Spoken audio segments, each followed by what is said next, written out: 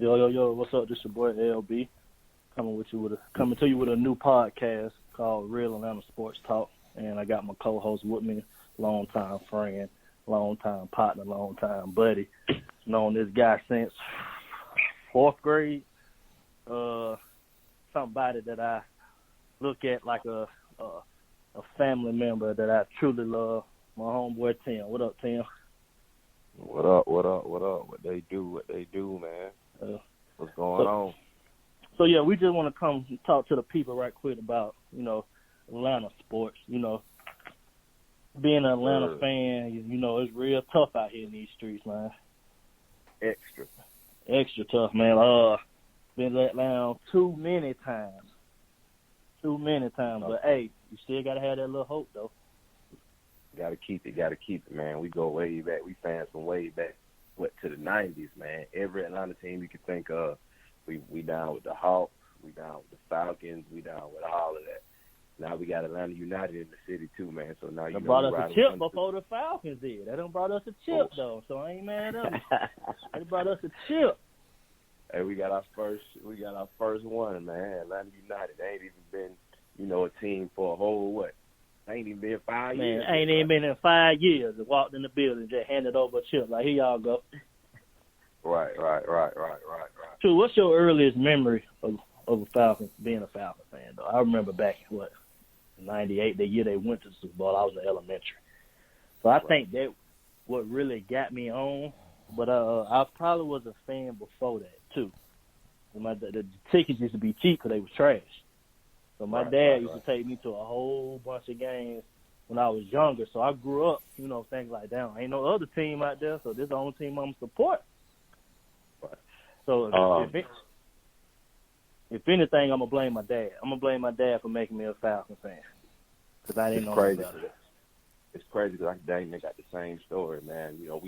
My dad born and raised here. I'm born and raised here, so – he signed me up for football back in 98, and that was crazy because, like you said, that's the same year that the Falcons went to the Super Bowl. And I remember when we went to school, man, we were doing the Dirty Bird. That's what? We were doing the same thing. Atlanta Public School, D.H. Stanton in Summerhill, doing it every morning. They playing the Dirty Bird song on the morning announcement. That ain't got nothing to do with school. Right. Same thing. I think that's when the pride was in the city, man. Because we was doing the same thing where I was at. They was playing the Dirty Bird right after we did the Pledge of Allegiance to the flag. Yeah, ain't that crazy? Don't make no sense. Jamal Anderson and his busted up knees. Right, man. But I ain't gonna lie. What was crazy about it was that was the first running back that I really loved. I used to love Jamal when he got that ball, man. Oh, so he made you want to be a running back. Made me want to, you know what it is. You play body, you know what I play, man. Man, he made you want to be a running back. Made me want to be a running back, man. The way he used to come through that hole, the way he used to truck folks, the way when he scored, he had his, I don't know, that swagger he had, he'd get up there when he scored. He had the whole city doing the Dirty Bird, man. It was crazy, man. I ain't gonna lie. That's kind of what made me love football, man. So every now and then you'll catch somebody still doing it. So for anybody that was in Atlanta around 98, you see a player that usually be players that play against the Falcons that score touchdown and they do the Dirty Bird. It's a sign of disrespect. But and these dumbass players probably don't even know, damn, they doing the Dirty Bird. They probably weren't even messing with Atlanta then. So they don't know. Right. Yeah, a true story. That's a true story right there. Yeah. Boy. But yeah, let's go on and get into this last game with these Eagles dealing with the Falcons, man. Okay. I ain't happy. I'm happy we won, but I can't enjoy the win like I want to.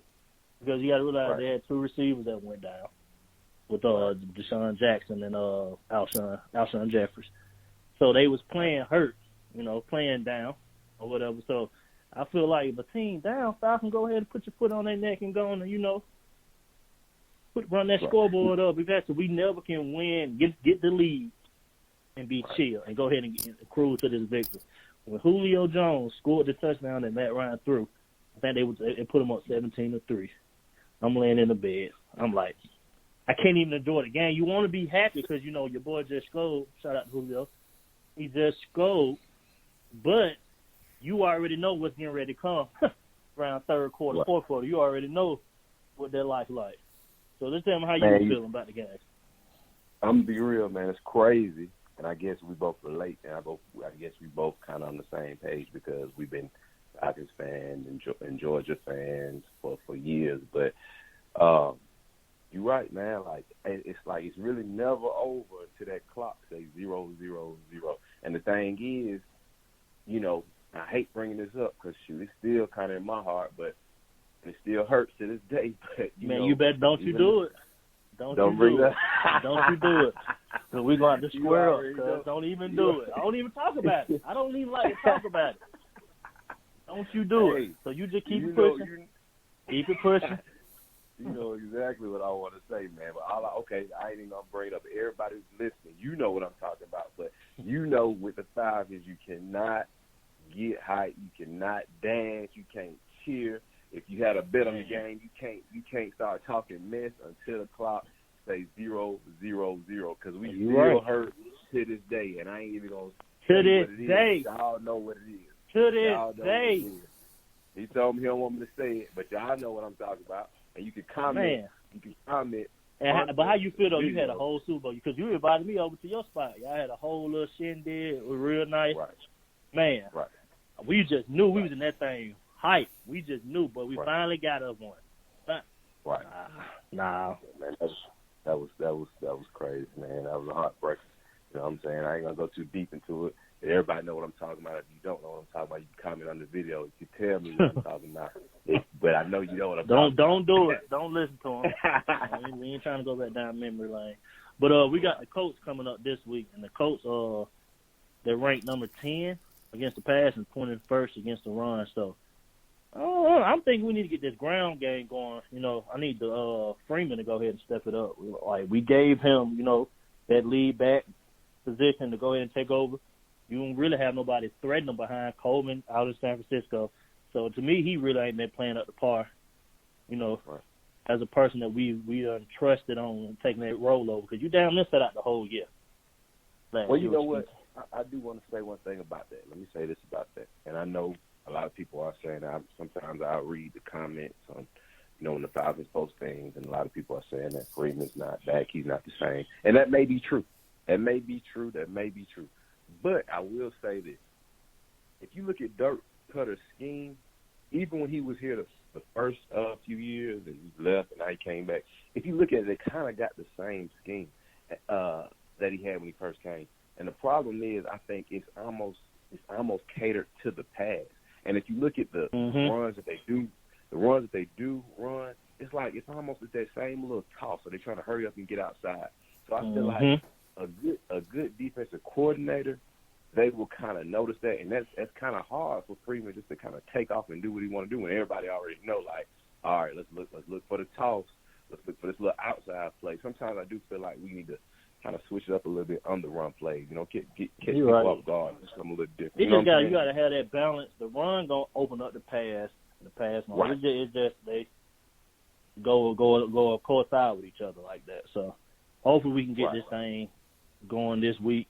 Like you said, I'm gonna be watching. I'm gonna be rooting, but I'm not gonna be happy until that clock says 0-0-0. You feel? Right. That's all we can do. That's it. I don't care if it's 10 seconds left. You gotta wait till it says 0-0-0, man. Just like in the last game when went through that thing, it was almost like a Hail Mary pass, and that receiver came down with it. And it was like 4th and 16 or something. Yeah. I don't even get mad no more. I don't even get when stuff like that happens. I just that's wild. I don't even get mad. I can't. But hey, we gonna bounce back. I ain't gonna lie. I say I don't get mad, but deep down inside I be. Man, I done got so numb to it. It's just like, let me go ahead and take a piss right. It just, I don't know. I don't. But hey, hopefully they get themselves back on track this week, which we can get a little winning streak going. So shout out to the Falcons. Sure. All right, but we're going to go ahead and wrap this up. I want to thank everybody for tuning in to Real Atlanta Sports Talks with your boy LB and my co-host Tim. Stay tuned for more episodes. And just like and share put everybody on that's the Atlanta sports fans. All right, so we just want to appreciate y'all for y'all support, man. Hey, comment what I was talking about. Shut up, man. Shut up, man. I'm going to holler at y'all.